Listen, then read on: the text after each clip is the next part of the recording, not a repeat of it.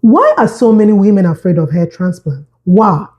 Every time I see a lady that come to my office during evaluation, they shy away from the topic of hair transplant.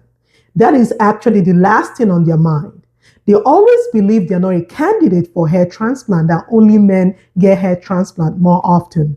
But that is a lie. I'm here to tell you things that can disqualify you from getting a hair transplant. And if you're not one of these, you are a candidate for hair transplant. And if you're coming across this video for the first time, my name is Dr. Chefu. I'm a hair transplant surgeon, a hair loss coach.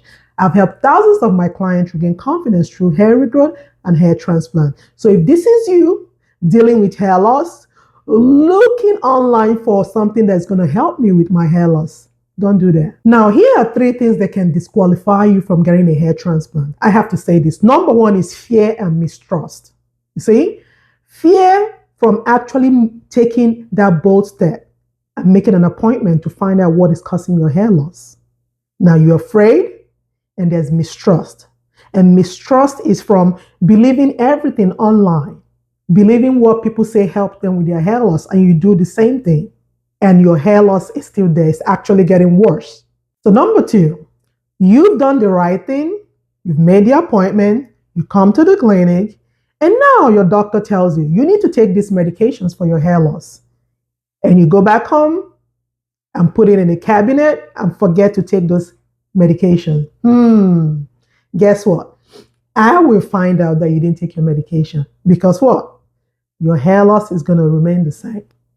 So rather than you taking those medications and keeping it somewhere that you won't even remember or see it, why don't you watch my video on how to remember to take your medication? The video is up on YouTube.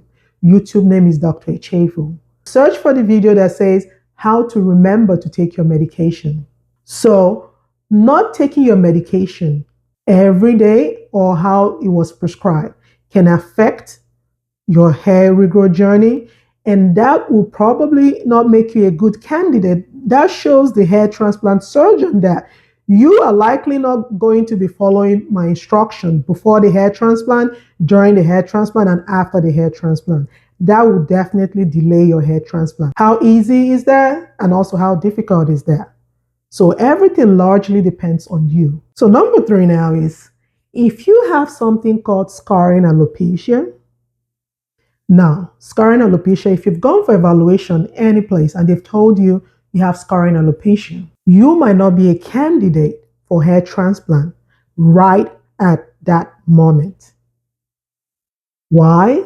Because you need to control the inflammation. I always use the example that your hair is like a tree that has roots, and there might be damage to your roots. There might be inflammation to those roots. So the medications that were prescribed are actually to help with those inflammation. So if you have that scarring alopecia and you are not taking the right medication, and you are choosing to try every other thing while the inflammation is getting worse, guess what? You might not be a candidate for hair transplant. I need you to understand that. There's still a possibility you can be a candidate, but if you're non-compliant with medication, especially when it comes to scarring alopecia, you're going to be a poor candidate for hair transplant.